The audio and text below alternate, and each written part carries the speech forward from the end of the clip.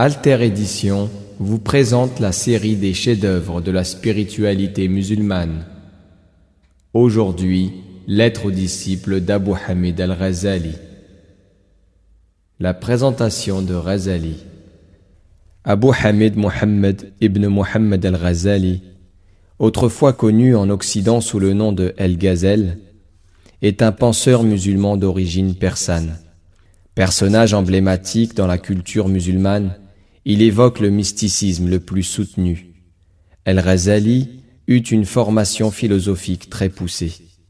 Il est né en 450 de l'Hégire, soit 1058 de l'ère chrétienne, dans la ville de Tus, Khurasan, ou dans un des villages avoisinants, au sein d'une famille perse de conditions modestes, dont certains membres étaient connus pour leur savoir et leur penchant pour le mysticisme soufi. El-Ghazali aurait commencé, vers l'âge de 7 ans, par étudier l'arabe et le persan, le Coran et les principes de religion. À la madrasa, il entra dans le cycle des études secondaires et supérieures comportant le fiqh, jurisprudence islamique, et l'exégèse, at-tafsir, du texte coranique et des hadiths, propos du prophète, sallallahu alayhi wa sallam. Vers l'âge de 15 ans, El-Ghazali s'installa à Jurjan, centre florissant du savoir à l'époque, situé à 160 km environ de Tus, pour étudier le fiqh auprès de l'imam al-Ismaili. Ce type de voyage à la recherche du savoir, en vue de suivre l'enseignement des maîtres réputés du moment, était une des traditions éducatives de l'islam. Il revint l'année suivante à Tus, où il demeura 3 années, consacré à mémoriser et mieux comprendre ce qu'il avait transcrit de l'enseignement de ses maîtres, et à poursuivre l'étude du fiqh. Il se rendit ensuite à Nishapur, où il étudia le fiqh, la théologie dogmatique et la logique, ainsi que, semble-t-il, des éléments de philosophie auprès de l'imam El-Juwayni, le jurisconsulte de rite shafi'ite le plus célèbre de l'époque. El-Ghazali avait alors 23 ans. La mort d'El-Juwayni voit s'achever la période d'apprentissage d'El-Ghazali, qui a alors 28 ans, et débuter celle de l'immersion dans la politique et de la fréquentation des allées du pouvoir. Il se rend au camp du ministre Seljukid Nizam el-Mulk, où il mène pendant 6 années la vie des juristes de cour, faite de combats politiques, de joutes savantes et d'écriture, jusqu'à ce qu'il soit nommé professeur à la Madrasa Nizamiya de Bagdad, l'un des centres de savoir et d'enseignement les plus importants et les plus connus dans l'Orient islamique à l'époque. Durant les 4 années où il occupe ce poste, il publie un certain nombre d'ouvrages sur le fiqh qu'il enseigne, la logique et le kalam, les plus importants étant le Mustaziri et Al-Iqtisad fi al-i'tiqad, le juste milieu dans la croyance, 2 ouvrages de jurisprudence à caractère politique. Vers 1095, El-Ghazali, alors âgé de 38 ans, traverse une crise spirituelle qui dure à peu près 6 mois. Cette crise l'affecte physiquement, au point qu'il perd l'usage de la parole, et devient donc incapable d'enseigner, et elle ne prend fin que lorsqu'il renonce à ses fonctions, à sa fortune et à sa célébrité. El-Ghazali résume les doctrines dominantes à son époque à 4 doctrines principales. La théologie dogmatique, fondée sur la logique et la raison, l'ésotérisme, fondé sur l'initiation, la philosophie, fondée sur la logique et la démonstration, le soufisme, fondé sur le dévoilement et le témoignage. De même, les moyens de parvenir à la connaissance se ramènent au sens, à la raison et à l'inspiration. Il finit par choisir le soufisme et l'inspiration, et, convaincu que l'unité du monde et de la vie dernière était difficile, voire impossible, il prétexte un pèlerinage à la Mecque pour quitter Bagdad et se rendre à Damas. El-Ghazali est mort à l'âge de 55 ans, après une vie qu'on peut estimer courte si l'on considère l'ampleur, la richesse et l'influence de son œuvre. Il est permis de dire qu'il a été un des plus grands penseurs musulmans, un de ceux qui ont laissé l'empreinte la plus profonde, méritant ainsi le surnom de rénovateur du 5e siècle de l'Hégire. La grande influence qu'a eue El-Ghazali peut être attribuée à cet élément, à savoir la profondeur, la force et l'étendue de sa pensée, consignée dans plus de 50 ouvrages, dont les plus importants sont Ihya Ulumuddin, vivification des sciences de la foi, Tahafut al-Falasifa, l'incohérence des philosophes, et Al-Munqid min al-Dalal, erreur et délivrance, ouvrage que l'on continue aujourd'hui à étudier. Les écrits d'Al-Ghazali sur l'éducation représentent l'apogée de la pensée éducative dans la civilisation islamique. La conception de l'éducation qu'il a élaborée peut être considérée comme la construction la plus achevée dans ce domaine, définissant clairement les buts de l'éducation, traçant la route à suivre et exposant les moyens de parvenir au but recherché. Al-Ghazali a exercé une influence évidente sur la pensée éducative islamique du 5e au 13e siècle de l'Hégire. On peut presque dire qu'à de rares exceptions près, les praticiens et les théoriciens de l'éducation n'ont rien fait d'autre que copier Al-Ghazali et résumer ses vues et ses écrits. La quasi-totalité de la pensée éducative islamique, et en particulier sunnite, a suivi le chemin tracé par Al-Ghazali, dont l'influence ininterrompue a survécu au déferlement de la modernité occidentale et à l'apparition de la civilisation arabe moderne contemporaine.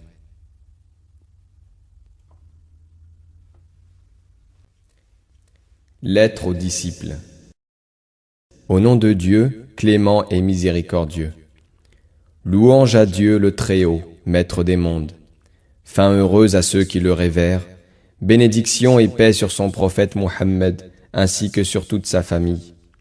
Sache, lecteur, qu'un ancien étudiant qui avait été au service assidu du shir, l'imam, ornement de la religion, preuve de l'islam, Abu Hamid Mohammed al-Ghazali, qui avait étudié les sciences religieuses auprès de ce maître, réuni les détails des sciences et poussé à la perfection les vertus de l'âme, méditant un jour sur son état, eut l'idée suivante.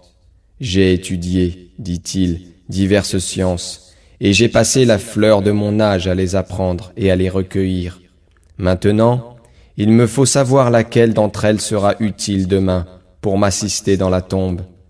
Quant à celles qui me seront inutiles, je les abandonnerai, comme a dit le messager de Dieu, paix sur lui. Mon Dieu, protège-moi contre toute science inutile. Cette idée l'obséda et le détermina à écrire à son excellence le shir, preuve de l'islam Mohammed al-Ghazali.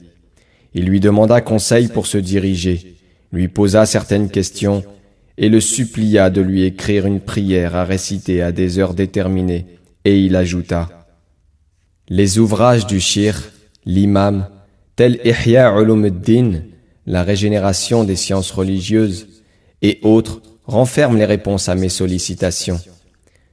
Cependant, je souhaite vivement que le shir résume ce dont j'ai besoin en quelques feuillets qui m'accompagneront ma vie durant et dont j'observerai les conseils tant que je serai en vie, si Dieu le veut. Le shir écrivit la lettre suivante en guise de réponse. Sache, ô jeune homme qui m'aime et que j'aime, que Dieu prolonge ta vie par la soumission que tu lui témoignes, et qu'il te conduise dans la voie de ses bien-aimés, que les préceptes les meilleurs le tirent de la mission même du prophète. Si déjà tu en as tiré une leçon, quel intérêt prendras-tu à la mienne? Mais si, au contraire, tu n'en as rien tiré, qu'as-tu donc appris, dis-le-moi, durant tant d'années? Mon fils, parmi les conseils donnés par le prophète de Dieu à ses compagnons, on trouve cette sentence. Lorsqu'un homme a l'esprit préoccupé de soucis sans importance pour lui, c'est le signe que le Très-Haut abandonne son serviteur. Celui qui perd 1 heure de son existence en des recherches pour lesquelles il n'a pas été créé, mérite que Dieu prolonge ses regrets au jour de la résurrection. Celui qui dépasse la quarantaine, sans que ses bonnes actions ne l'emportent sur les mauvaises, celui-là doit attendre le feu de l'enfer, à bon entendeur, salut. Mon fils, le conseil est aisé à donner mais difficile à suivre. Il est amer au goût de ceux qui suivent leurs caprices, car les choses défendues sont douces à leur cœur. Je vise, en particulier, ceux d'entre eux qui aspirent à l'étude de la science formelle et se soucient des mérites de l'âme et des voies de ce monde. Ils croient que leur salut dépendra de leur science abstraite et qu'ils peuvent se passer d'agir. C'est là l'opinion des philosophes, gloire à Dieu. Ces esprits abusés ignorent que, s'ils n'appliquent pas leur science, elle sera sans aucun doute invoquée contre eux. Comme l'a dit le prophète, paix sur lui, le pire supplice, au jour de la résurrection, sera celui du savant à qui Dieu n'aura pas permis de profiter de sa science. On raconte que Junayd, après sa mort, apparut en songe à quelqu'un. On lui dit « Quelle nouvelle, ô Abul Qasim ?» Il répondit « Les belles phrases ont été vaines, et les formules mystérieuses se sont avérées stériles. Rien ne nous a été utile, que les quelques prières rituelles accomplies au sein même de la nuit. Mon fils, ne sois pas avare d'actes vertueux, ni d'états mystiques, et sois sûr que la science théorique n'apporte aucune aide. En voici un exemple. Qu'un homme au désert porte 10 sabres hindous, et d'autres armes encore, qu'il soit brave et combatif, qu'un lion redoutable vienne à l'attaquer. Crois-tu que ces armes écarteraient le danger s'il ne s'en sert pour frapper le lion? Et bien sûr, elles ne repousseront pas le danger si l'homme ne les saisit et ne les brandit pour frapper. Ainsi, l'intellectuel qui lit 100 000 problèmes scientifiques et les apprend par cœur, sans les mettre en pratique, il n'en tire de profit que par l'exercice. Autre exemple, le malade atteint de fièvre et de jaunisse, son traitement doit se faire par l'oxymel et par l'infusion d'orge. La guérison ne s'obtient qu'en employant ces 2 médicaments. En effet, tu as 1000 remèdes, c'est en vain. N'est utile que celui qui en prend enfin. Étudierais-tu pendant 100 ans, dans 1000 livres, que seuls tes actes disposeraient à la miséricorde divine, car lui, le très grand, a dit qu'on ne comptera à l'homme que ses propres actes. Celui qui espère se rencontrer avec son Seigneur, qu'il fasse œuvre pie. Les croyants qui pratiquent le bien auront le paradis pour séjour éternel qu'ils ne voudront échanger contre aucun autre. D'autres générations les suivirent, elles délaissèrent la prière pour s'abandonner à leur penchant. Un triste destin leur est réservé, exception sera faite pour ceux qui se repentiront, croiront et pratiqueront les bonnes œuvres. Pour cela, ils entreront au paradis et ne seront frustrés d'aucun de leurs mérites. Que dis-tu de cette tradition? L'islam est bâti sur 5 fondements. Attester qu'il n'y a pas d'autre divinité que Dieu et que Muhammad, paix sur lui, est le prophète de Dieu. Prier, faire l'aumône, jeûner le mois de Ramadan, accomplir le pèlerinage à la Mecque pour ceux qui en ont la possibilité. La foi, c'est en même temps le verbe, la sincérité et les œuvres. Les preuves de l'importance des œuvres sont innombrables. L'homme atteint, sans doute, le paradis par la grâce et la générosité de Dieu. Mais il l'atteint aussi après s'être préparé par son obéissance et son adoration. Car la miséricorde de Dieu est proche de ceux qui font le bien. Si l'on dit « l'homme arrive au paradis par la foi seul », nous répondons « oui, mais quand ?» Et que de difficiles obstacles doit-il surmonter avant d'arriver au but? Le premier de ces obstacles est celui de la foi elle-même. Arrivera-t-il au paradis avec cette foi? Ne lui sera-t-elle pas ravie avant qu'il n'y entre? Et s'il est conduit au paradis, il sera un élu déçu et pauvre. Hassan al-Basri dit, Dieu dit à ses serviteurs au jour de la résurrection, Ô mes serviteurs, entrez au paradis par la grâce de ma miséricorde, et partagez-en les degrés entre vous, selon vos actions. Mon fils, tant que tu ne pratiqueras pas le bien, tu ne trouveras pas de récompense. On raconte qu'un Israélite adora Dieu durant 70 ans. Dieu voulut faire connaître ce cas aux anges. Il lui en envoya un pour lui dire qu'il ne méritait pas le paradis malgré cette longue adoration.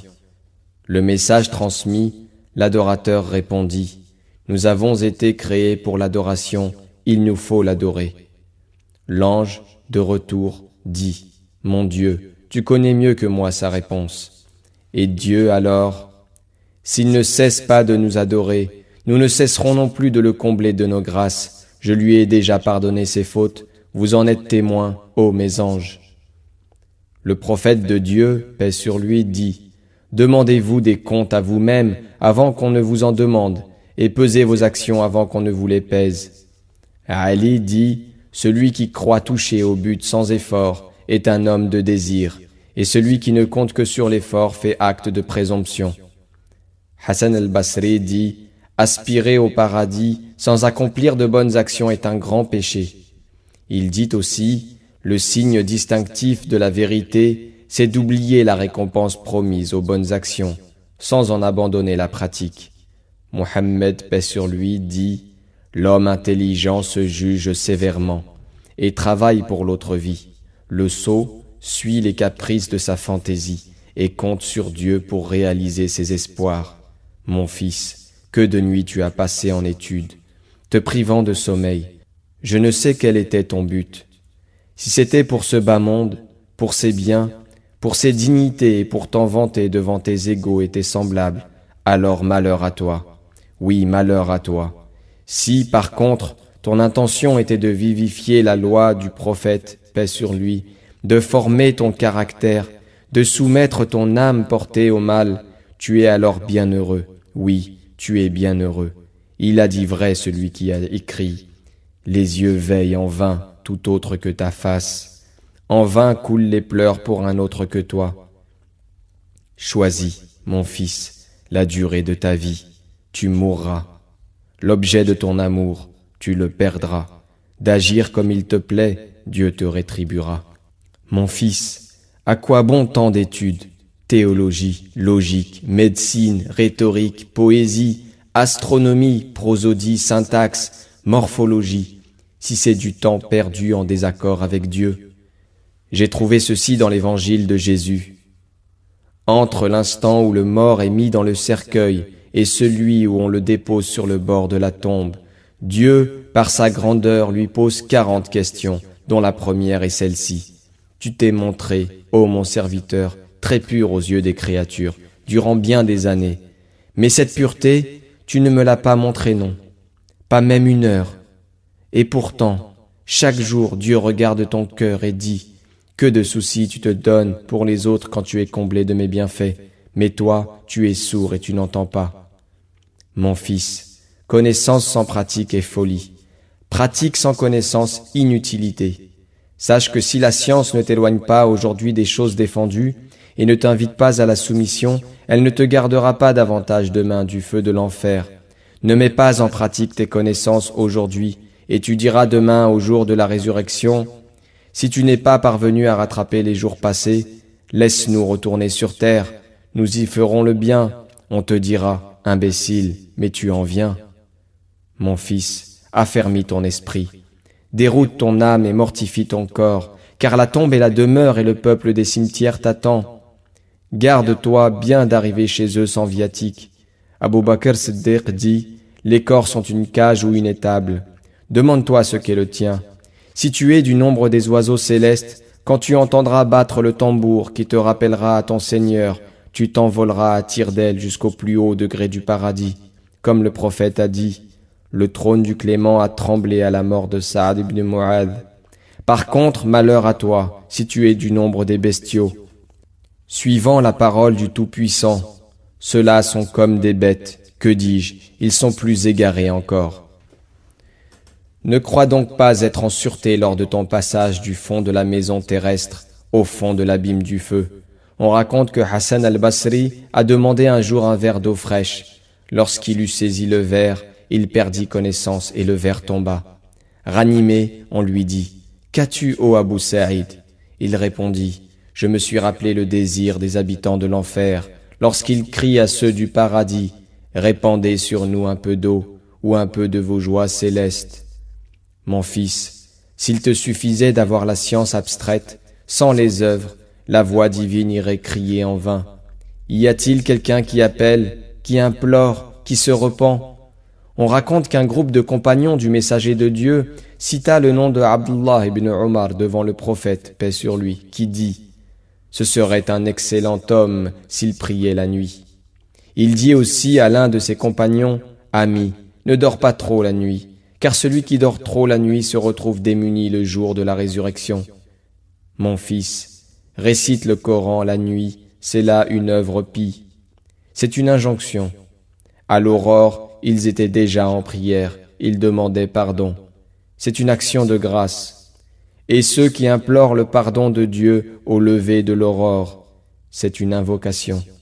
L'envoyé de Dieu a dit, Dieu aime 3 voix, celle du coq, celle qui récite le Coran et celle qui implore le pardon du Créateur à l'aurore. Sufyan al-Thawri a dit, Dieu fait souffler à l'aube un vent que charge les appels et les demandes adressées à Dieu. Il a dit aussi, à la tombée de la nuit, un héros crie au pied du trône. Debout, créature de Dieu. Il se lève et rend grâce, puis un autre héros appelle au milieu de la nuit. Âme pieuse, éveillez-vous. Il se lève et prie jusqu'au point du jour. À l'aube, un héros appelle de nouveau. Vous qui avez à implorer pardon, debout. Il se lève et implore le pardon de Dieu. Au lever du soleil, un dernier héros appelle. Hommes légers, debout. Ils se lèvent de leur lit, tels les morts ressuscités de leur tombe. Mon fils, on raconte que le sage Luqman, parmi les conseils qu'il donna à son fils, place ces paroles. Mon fils, que le coq ne soit pas plus vigilant que toi lorsqu'il appelle Dieu à l'aurore, alors que toi tu dors. Et voici ces vers. Une colombe a gémi dans la nuit, sur une branche. Je dormais. Mon Dieu, mon amour est un menteur. Sur un véritable amour, elle n'eût pas pris d'avance. Je suis l'amant aux yeux secs, mais elle verse des pleurs. Mon fils, savoir ce que c'est qu'obéir et adorer, voilà la quintessence de la science. Elle exige, sache-le bien, que tu suives le législateur dans ses ordres, comme dans ses défenses, qu'il s'agisse de paroles ou d'actions. En d'autres termes, tout ce que tu dis, fais et abandonne, doit être inspiré par l'observance de la loi. Si, par exemple, tu choisis pour jeûner le jour de la fête du sacrifice, ou les jours consacrés à sécher au soleil la chair des victimes, tu enfreindras la règle. Ou encore si tu exécutes la prière, vêtu d'une robe arrachée par force à autrui, tu pécheras, bien que ton acte ait les apparences d'une adoration. Mon fils, il te faut donc conformer tes paroles et les actes à la loi. Car connaître et agir en dehors des règles qu'elle prescrit sont des erreurs. Ne te laisse pas davantage égarer par les excès extravagants du mysticisme. Pour suivre cette voie, il faut effort et lutte. Il faut suspendre les désirs de l'ego, an-nafs, anéantir ses caprices par le glaive de l'exercice et non par de folles et vaines chimères. Sache que la langue débridée et le cœur comblé de désirs futiles sont des signes funestes. Si tu n'humilies pas ton ego par une lutte sincère contre ses désirs et ses caprices, tu n'illumineras pas ton cœur par la connaissance. Sache aussi qu'il est impossible de répondre par écrit, ni verbalement, à certaines des questions que tu m'as adressées. Si tu parviens à cet état, tu en connaîtras la nature. Sinon, le connaître est impossible parce qu'il appartient au domaine du goût. Tout ce qui relève de ce domaine, il est impossible de le décrire par des paroles, comme l'on ne connaît la douceur de ce qui est doux et l'amertume de ce qui est amer que par le goût. Ainsi, on raconte qu'un impuissant écrivit à un ami, lui demandant de lui expliquer le plaisir sexuel. Il reçut la réponse suivante. « Ô un tel, je te croyais impuissant seulement, or je constate maintenant que tu es à la fois impuissant et sot, car ce plaisir est du domaine du goût. Y arrives-tu? Tu en connais la nature, sinon sa description est impossible, en parole ou par écrit. Mon fils, quelques-unes de tes questions ressemblent à cette dernière. Quant à celles auxquelles on peut répondre, je les ai mentionnées dans ma régénération des sciences religieuses et dans d'autres de mes livres. J'en cite ici une partie tout en y renvoyant. Je dis, l'homme qui suit la voie de la vérité a 4 obligations à observer. C'est d'abord une foi très vive, sans trace d'hérésie. C'est ensuite un repentir sincère, après lequel tu ne reviennes plus au péché. En outre, c'est un effort pour contenter tes rivaux, afin que personne ne puisse te réclamer une réparation quelconque. Enfin, c'est l'étude des sciences religieuses, conformément aux ordres de Dieu, puis celle des autres sciences qui aident au salut de l'âme. On raconte que Shibli dit « J'ai suivi 400 maîtres et j'ai lu 4000 hadiths. Puis j'en ai choisi un seul que j'ai mis en pratique à l'exclusion de tout autre. parce que je l'ai médité, et j'y ai trouvé ma délivrance et mon salut. J'y ai trouvé aussi la science entière des anciens et des modernes.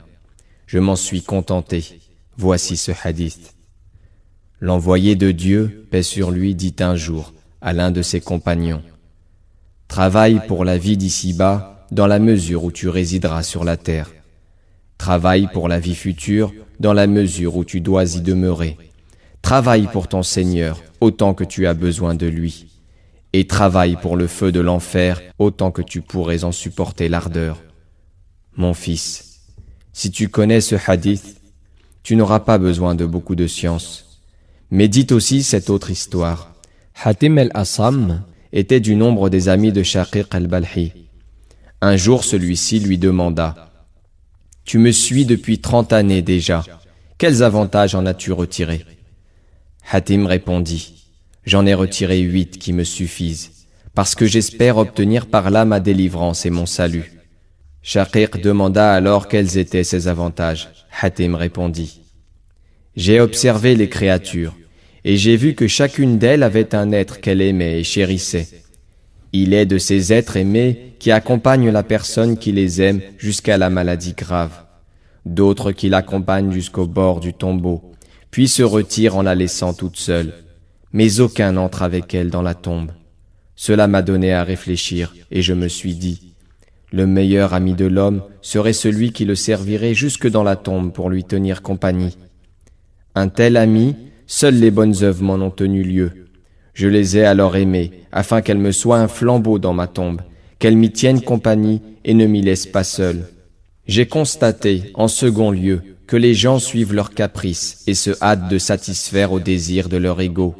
J'ai alors médité la parole de Dieu.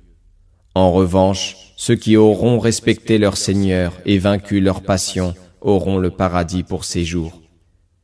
J'ai été sûr alors que le Coran est la pure vérité. Je me suis mis à combattre les tendances de mon ego et me suis apprêté à leur faire la guerre et à barrer la route à ses caprices jusqu'à ce qu'elles deviennent dociles et s'habituent à se soumettre à Dieu. J'ai vu tous les êtres humains courir après les biens du monde, les tenir et les garder âprement. J'ai alors médité la parole de Dieu. Vos biens sont périssables, les biens de Dieu sont éternels. Ce que je possédais, je l'ai alors dépensé pour l'amour de Dieu, et l'ai distribué aux pauvres afin qu'il me soit un trésor auprès de Dieu. J'ai vu certaines personnes croire que l'honneur et la puissance résidaient dans le nombre des clientèles et des partisans. Je les ai vus s'en vanter. D'autres prétendaient qu'ils résidaient plutôt dans les biens et le grand nombre des enfants. Elles en étaient fières. D'autres ont cru que la puissance et l'honneur consistaient à enlever de force les biens de leurs semblables, à les traiter injustement et à verser leur sang. Un groupe, enfin, a cru que cette puissance résidait dans la dépense des biens, dans leur dissipation et dans la prodigalité avec laquelle on en usait. J'ai alors médité la parole de Dieu. Le plus méritant auprès de Dieu est celui qui le craint le plus.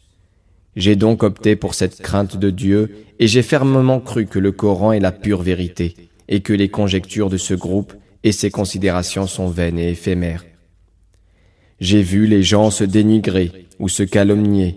J'en ai trouvé la cause dans la jalousie suscitée par les biens, le prestige et la science. J'ai donc médité la parole de Dieu. C'est nous qui leur avons réparti la nourriture en ce monde. J'ai alors appris que la distribution, à l'origine, a été faite par Dieu. Je n'ai plus jalousé personne, et je me suis contenté de la répartition des biens, telle qu'elle avait été faite par Dieu. J'ai vu les gens se déclarer ennemis pour toutes sortes de fins et de motifs. J'ai alors médité la parole de Dieu. Satan est votre ennemi, considérez-le comme tel. J'ai donc appris qu'il n'était pas permis d'avoir d'autre ennemi que Satan.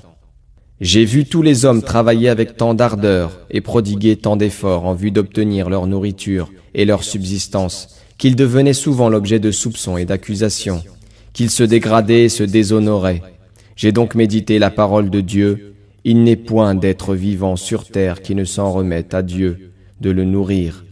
J'ai alors compris que ma subsistance dépend de Dieu et qu'il me la garantit. Je me suis mis à l'adorer et j'ai cessé de convoiter autre chose. J'ai vu tous les êtres humains se fier à la créature, à l'argent, aux biens et à la propriété, au métier et à l'industrie, enfin à un autre être humain. J'ai alors médité la parole de Dieu. Dieu suffit à qui s'y fie. Il réalise toujours ses desseins. Il les réalise à son heure. J'ai donc pleine confiance en Dieu, qui me suffit et qui est le meilleur des protecteurs. Shaqiq dit, que Dieu t'assiste, ô Hatim. J'ai examiné la Torah, les psaumes, l'évangile et le Furqan, et j'ai constaté que les 4 livres ont pour objet ces 8 avantages. Celui donc qui les met en pratique mettra en pratique par le fait même les préceptes de ces 4 livres. Mon fils, tu as appris par ces 2 récits que tu n'as pas besoin de pousser trop loin ta science. Et maintenant, voici ce que doit faire celui qui suit la voie de la vérité.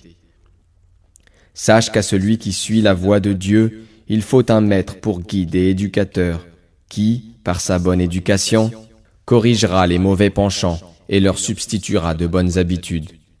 L'éducation ressemble, en effet, au travail du laboureur qui déracine les épines. Sarcle le blé, afin qu'il pousse mieux et donne une abondante moisson. Tout homme, donc, qui désire suivre la vraie voie, ne peut se passer d'un maître pour l'éduquer et le guider dans la voie de Dieu. Dieu a, en effet, envoyé un apôtre pour guider les créatures vers lui. Cet apôtre laisse après sa mort des successeurs pour servir de guide dans la voie de Dieu. Le maître capable de remplacer le prophète, paix sur lui, doit être savant. Cela ne veut pas dire que tout savant peut être un successeur du prophète. Je vais d'ailleurs t'indiquer les principaux signes distinctifs qui le caractérisent, afin que tout savant ne prétende pas à la qualité de guide. Je pense qu'il y faut un homme qui s'éloigne du monde et de ses honneurs. Il doit aussi avoir fréquenté assidûment un homme perspicace qui, par d'autres intermédiaires, remonte au Seigneur des prophètes. Il doit, également, pouvoir s'habituer à manger peu, à dormir peu et à parler peu. Il doit, en outre, prier beaucoup, jeûner de même et faire fréquemment l'aumône. Il doit aussi, grâce à la fréquentation de son propre maître perspicace, marcher dans la voie des vertus morales comme la patience, la prière, la reconnaissance, la certitude, la quiétude, la longanimité, l'humilité, la science, la sincérité, la pudeur, la fidélité à ses promesses, le sérieux, le calme, la réflexion et autres vertus semblables. Il est donc une des lumières qui peuvent être prises pour modèle, lumière du prophète, paix sur lui. Mais on le rencontre rarement, bien plus rarement qu'on ne rencontre le soufre rouge. Et celui qui a le bonheur de trouver un tel maître et d'être agréé par lui, doit le respecter extérieurement et intérieurement. Le respect extérieur doit se manifester par la soumission complète au maître. Le disciple ne doit pas non plus protester à propos de telle ou telle question, même lorsqu'il connaît l'erreur du maître. Il ne doit pas non plus étendre son tapis de prière devant lui, en dehors des heures de prière. La prière terminée, le disciple enlèvera le tapis et ne multipliera pas les prières surérogatoires devant lui. Et il exécutera les ordres du maître selon ses forces et sa capacité. Quant au respect intérieur, voici en quoi il consiste. Tout ce que le disciple aura entendu et accepté extérieurement de la part du maître, il ne doit pas le nier intérieurement. Autrement, il serait taxé d'hypocrisie. S'il n'arrive pas à cette sincérité totale, il quittera la présence de ce maître, jusqu'à ce que l'adhésion interne soit en harmonie avec l'adhésion externe. Il devra aussi se prémunir contre les mauvaises fréquentations, afin que le pouvoir des démons et des hommes pervers n'ait point de prise sur son cœur. Il sera alors exempt de souillures sataniques. Dans tous les cas, il optera pour la pauvreté, non pour la richesse. Sache, de plus, que le mysticisme requiert 2 qualités, la droiture avec Dieu et la longanimité avec les hommes. Celui qui est droit avec Dieu et qui se conduit bien avec les gens, les traitant avec patience, est un mystique. La droiture avec Dieu consiste à sacrifier les désirs de son ego aux ordres de Dieu. Bien se conduire avec les autres, c'est ne pas les obliger à suivre tes désirs, mais c'est obliger toi-même à suivre leur volonté, à condition qu'ils ne dérogent pas aux lois de la religion. Tu m'as interrogé aussi sur la soumission à Dieu. Elle repose sur 3 principes. Observer les préceptes de la religion, les commandements et les interdits de l'islam. Accepter sans protester la destinée telle que Dieu l'a voulu. Chercher à satisfaire le vouloir divin plutôt que sa volonté propre. Tu m'as interrogé sur la confiance en Dieu. Dieu veut que tu renforces ta foi en ses promesses, c'est-à-dire que tu crois d'une part que ce qui a été écrit à ton sujet s'accomplira sans aucun doute, quand bien même l'univers conjuguerait ses efforts pour te l'éviter. D'autre part, que ce qui n'a pas été écrit pour toi ne t'arrivera pas, quand bien même tout le monde t'aiderait. Tu m'as interrogé sur la sincérité. Elle veut que toutes tes actions soient pour Dieu, que ton cœur donc ne se réjouisse pas de louanges que les gens t'adresseront. Ne te soucie pas non plus de leur blâme. Sache que l'hypocrisie naît de la flatterie adressée aux autres. Tu la guériras en considérant qu'ils sont dominés, comme des objets, incapables de procurer du repos ou de causer de la fatigue. Tu peux donc éviter l'hypocrisie à leur égard. Tandis que si tu leur attribues un pouvoir et une volonté propre, tu seras fatalement poussé à l'hypocrisie. Mon fils, quelques-unes seulement des réponses à tes autres questions se trouvent formulées dans mes ouvrages. Consulte-les à leur sujet. Quant aux autres, elles ne sauraient être écrites. Mets en pratique ce que tu sais, pour que te soit révélé ce que tu ignores. Mon fils, ne me propose donc désormais les problèmes qui t'embrassent que par la voie intérieure. Et rappelle-toi la parole de Dieu, il vaudrait mieux pour eux attendre. Accepte le conseil de l'Khadir, alayhi salam, paix sur lui. Ne me demande jamais aucune explication avant que je ne t'informe moi-même. Ne sois pas pressé, tout arrive et te sera dévoilé en son temps. As-tu médité la parole de Dieu? Un jour viendra où je vous produirai mes miracles. Ne vous montrez pas impatients. Ne m'interroge donc pas avant l'heure, et sois sûr et certain que tu n'arriveras qu'à force de marcher. N'ont-ils jamais parcouru le monde? Ils auraient connu la fin malheureuse de leurs devanciers. Mon fils, je t'assure que si tu marches dans la voie du soufisme, tu verras des merveilles à chaque étape. Sacrifie ton âme, car l'essence est dans le sacrifice. Comme l'a dit Dhunnun al-Misri à l'un de ses disciples, si tu peux donner ta vie, viens à moi. Sinon, ne t'occupe pas des futilités du soufisme. Mon fils, je vais te donner 8 conseils. Reçois-les pour que ta science ne soit pas ton ennemi au jour de la résurrection. 4 concernent ce que tu dois pratiquer, et 4 ce que tu dois éviter. Voici d'abord ce que tu dois éviter. Te garder absolument de discuter avec autrui, car la discussion cause bien des dommages et recèle plus de mal que de bien. Elle est, en effet, la source de tous les vices comme l'hypocrisie, la jalousie, la fierté, la rancune, l'inimitié, l'orgueil et les autres. Certes, tu peux discuter sur une question avec une personne ou un groupe de personnes, mais à condition que tu veuilles leur montrer la vérité. Et ce vouloir doit s'accompagner de 2 signes. N'établir aucune différence entre la vérité découverte par toi et celle qui serait découverte par un autre. Préférer discuter dans un lieu retiré plutôt que devant une grande assemblée. Écoute, je vais te donner une règle. Sache que poser des questions au sujet de certaines difficultés, c'est exposer une maladie de cœur au médecin. La réponse, c'est l'effort que le médecin prodigue pour la guérir. Sache aussi que les ignorants sont des cardiaques et les savants leurs médecins. Le savant incomplet ne réussit pas le traitement. Le savant vraiment savant ne traite pas tout malade, mais seulement celui qu'il estime apte à recevoir le traitement et le salut. Si le mal est chronique ou incurable, l'art du médecin est de dire « celui-là est inguérissable ». Il ne s'occupera donc pas de la soigner, car il perdrait son temps. Sache qu'il y a, sous le nom d'ignorant, 4 espèces de malades. L'un est curable, les autres non. Le premier de ceux-ci est celui dont les questions et les réponses sont provoquées par la jalousie et la haine. Répondre au jaloux de son mieux, avec éloquence et clarté, c'est le pousser davantage dans la voie de la haine, de l'inimitié et de la jalousie. Il ne faut donc pas se soucier de lui. On espère guérir toutes les maladies, hormis l'inimitié dont la cause est l'envie.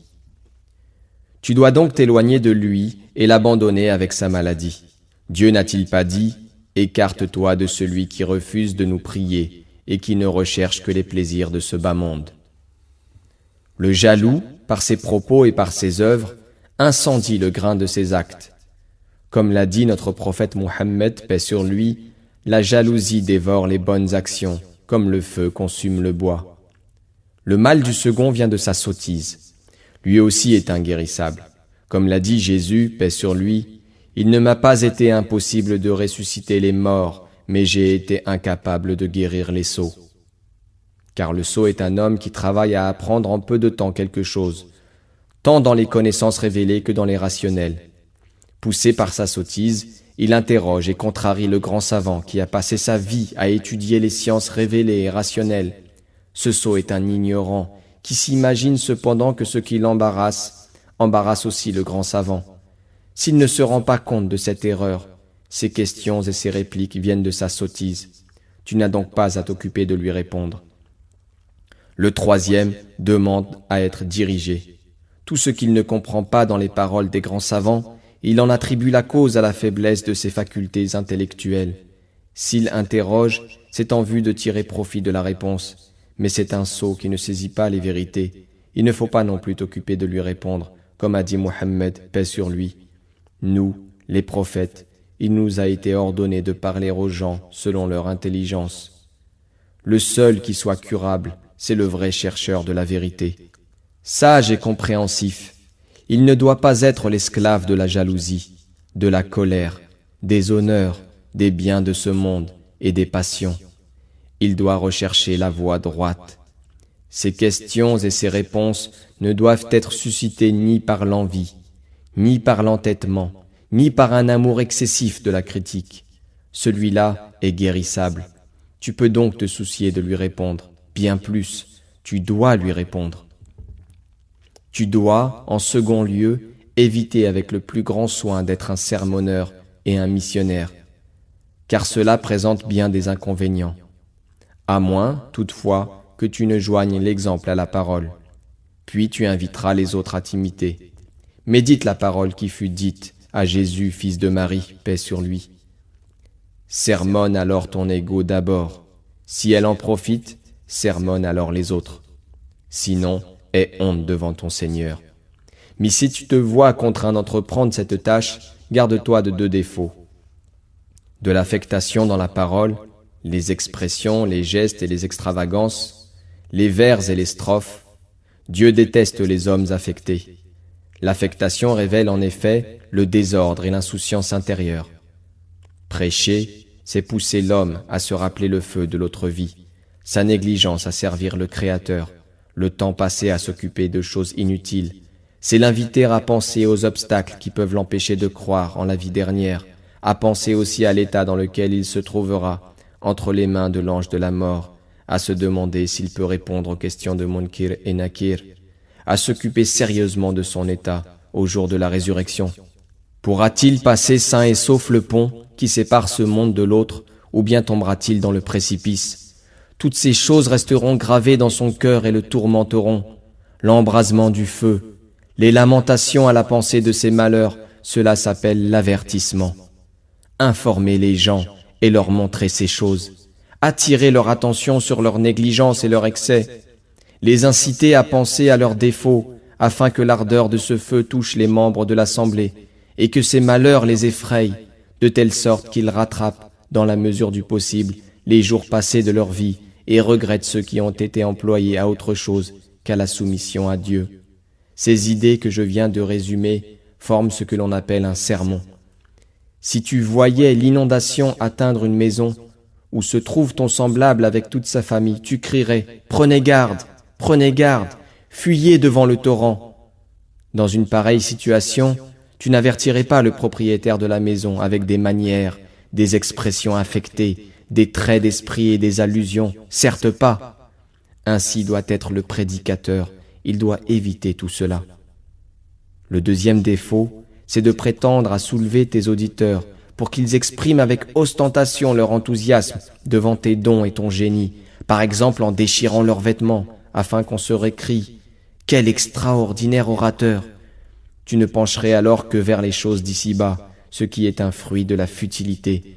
Mais ton élan et ton ardeur doivent prendre pour but d'appeler les gens de ce monde à l'autre, de la désobéissance à l'obéissance, de l'attachement aux choses de ce monde à la vie ascétique, de l'avarice à la générosité, du doute à la certitude, de l'oubli négligent au sursaut de la conscience, de la vanité à la piété, et de leur faire aimer la vie dernière et détester ce monde. de leur apprendre la science de l'adoration et de l'ascétisme, et de ne pas les faire présumer de la générosité de Dieu ni de sa miséricorde, car ce qui domine leur nature, c'est l'éloignement de la voie de la religion, la recherche de ce que Dieu n'agrée pas et la pratique des mauvaises mœurs. Jette alors la peur dans leur cœur, effraie-les, terrifie-les, qu'ils redoutent le péril qui les attend.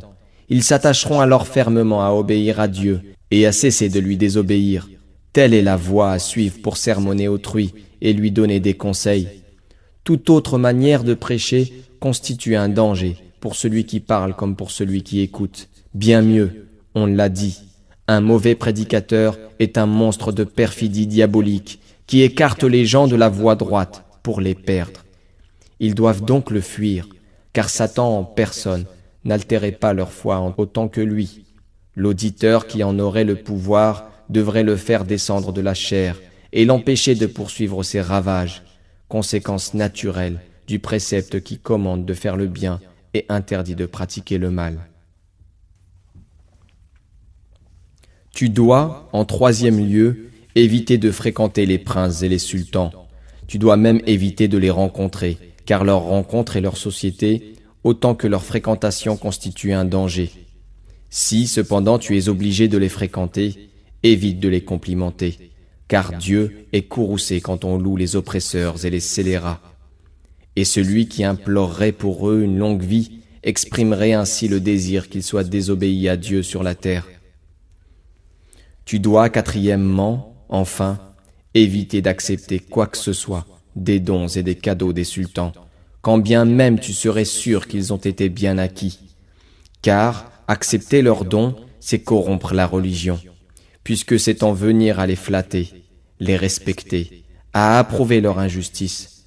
Tout cela corrompt la religion. Le moindre mal qui puisse en résulter, c'est qu'en acceptant leurs dons et en profitant de leurs richesses, tu n'en arrives à aimer ces sultans. Or celui qui aime quelqu'un, aime par le fait même à vivre le plus longtemps possible et à demeurer en ses fonctions. Prendre plaisir à voir persister l'injustice, c'est vouloir que l'injustice opprime les créatures de Dieu, c'est vouloir la ruine du monde. Quoi de plus nuisible à la foi et à la fin de l'homme? Garde-toi bien d'être fasciné par le démon ou trompé par des paroles comme celle-ci. Qu'il vaut mieux soutirer de l'argent de ces sultans pour le donner aux pauvres. Ils dépensent, eux, cet argent dans la débauche et la désobéissance. Tu le dépenseras, toi, pour les faibles. Tu agis donc mieux qu'eux. Le maudit a coupé le cou à beaucoup de gens par des tentations semblables. Et les dégâts qu'il a causés sont profonds et immenses. J'en ai parlé dans la régénération des sciences. Consulte cet ouvrage. Voici maintenant les 4 autres conseils que tu dois mettre en pratique. Ta conduite avec Dieu doit être telle que si ton serviteur agissait de même avec toi, tu en serais content, n'y trouverais nulle offense et nul sujet de colère. Ce que, par contre, tu ne permets pas à ton prétendu serviteur, Dieu qui est ton vrai maître ne l'acceptera pas non plus de ta part. Fais à autrui ce que tu voudrais qu'il te fait. Car la foi de l'homme n'est parfaite que lorsqu'il désire pour tout le monde ce qu'il aime pour soi-même. Soit que tu enseignes ou que tu étudies, il faut que ta science améliore ton cœur et ton âme. Si tu apprenais qu'il ne te reste à vivre qu'une semaine, tu ne t'occuperais alors ni de jurisprudence, ni de controverses, ni de sources, ni de théologie ou d'autres sciences semblables, parce que tu sais qu'elles ne t'enrichissent pas. Mais tu t'occuperais de surveiller ton cœur et d'étudier les dispositions de ton âme, de t'éloigner des attaches du monde et de purifier ton âme des mauvaises habitudes. Tu t'occuperais d'aimer Dieu, de l'adorer et d'acquérir les plus belles vertus. Souviens-toi que l'homme, chaque instant, peut mourir. Mon fils, écoute encore ces quelques paroles. Médite-les bien pour y trouver ton salut. Si l'on te disait que le sultan va venir te faire visite dans une semaine, je sais bien qu'alors tu ne t'occuperais qu'à améliorer ce qui va tomber sous ses yeux, vêtements, corps, maisons, meubles, etc. Maintenant, médite ce que je viens de te signaler, car tu es capable de comprendre, et celui qui est intelligent saisit en peu de mots. Le prophète, paix sur lui, bien-aimé de Dieu, dit « Dieu ne regarde pas vos visages, ni vos actions, mais il regarde vos cœurs et vos intentions. Si tu veux savoir les états que peut connaître le cœur, reporte-toi au Ihya Ulumuddin. et à d'autres de mes ouvrages, car cette science est un devoir individuel. Les autres sont des devoirs qui incombent à l'ensemble de la communauté, sauf ce qui touche aux devoirs envers Dieu, tels les ablutions rituelles, les prières et autres. Que Dieu t'assiste pour que tu apprennes et pratiques tout ce que je viens de t'exposer, si Dieu le veut. N'amasse pas des biens de ce monde plus qu'il ne te faut pour entretenir ta famille pendant une année. Ainsi faisait Mohammed, paix sur lui, avec certaines de ses femmes. Il disait, « Mon Dieu, fais que la nourriture de la famille de Mohammed, paix sur lui, soit suffisante. » Il n'agissait ainsi que pour ces femmes dont la résignation, à cause de l'humanité, était faible. Pour celles dont la résignation était ferme, il se bornait à souhaiter la nourriture d'un jour ou même d'une demi-journée. Mon fils, j'ai écrit cette lettre sur tes instances. Il te reste à la mettre en pratique et ne m'oublie pas dans tes pieuses prières. Quant à l'oraison que tu m'as demandée, cherche-la dans les invocations que rapportent les traditions authentiques. Récite, cependant, l'appel suivant dans les circonstances critiques et surtout à la fin de tes prières. Mon Dieu, sois avec nous et ne sois pas contre nous. Mon Dieu, termine par le bonheur nos vies, réalise largement nos espoirs, joins par la santé nos matins à nos soirs, dirige notre fin vers ta miséricorde, déverse l'abondance de ton pardon sur nos fautes, accorde-nous la faveur de nous corriger de nos défauts, fais de la piété notre viatique, dirige vers ta religion notre effort, mets en toi notre confiance et sois notre constant appui. Mon Dieu, affermis-nous dans la voie de la droiture, mets-nous à l'abri de tout ce qui peut causer notre regret au jour de la résurrection, allège-nous le poids des péchés, donne-nous le pain licite, écarte de nous la malice des méchants, délivre-nous, ainsi que nos pères et mères, nos frères et sœurs, du feu de l'enfer par ta miséricorde, ô très fort, très miséricordieux, généreux et protecteur, ô très savant et très puissant, ô mon Dieu, ô mon Dieu, ô mon Dieu, par ta miséricorde, ô toi le plus miséricordieux des miséricordieux, le premier et le dernier, ô toi possesseur de la plus grande force, qui a pitié des pauvres et des déshérités, et le très miséricordieux, il n'y a pas d'autre Dieu que toi, gloire à toi. J'ai été du nombre des injustes, et bénédiction de Dieu sur notre prophète Mohammed, paix sur lui, sa famille et tous ses compagnons, et louange à Dieu, maître des mondes.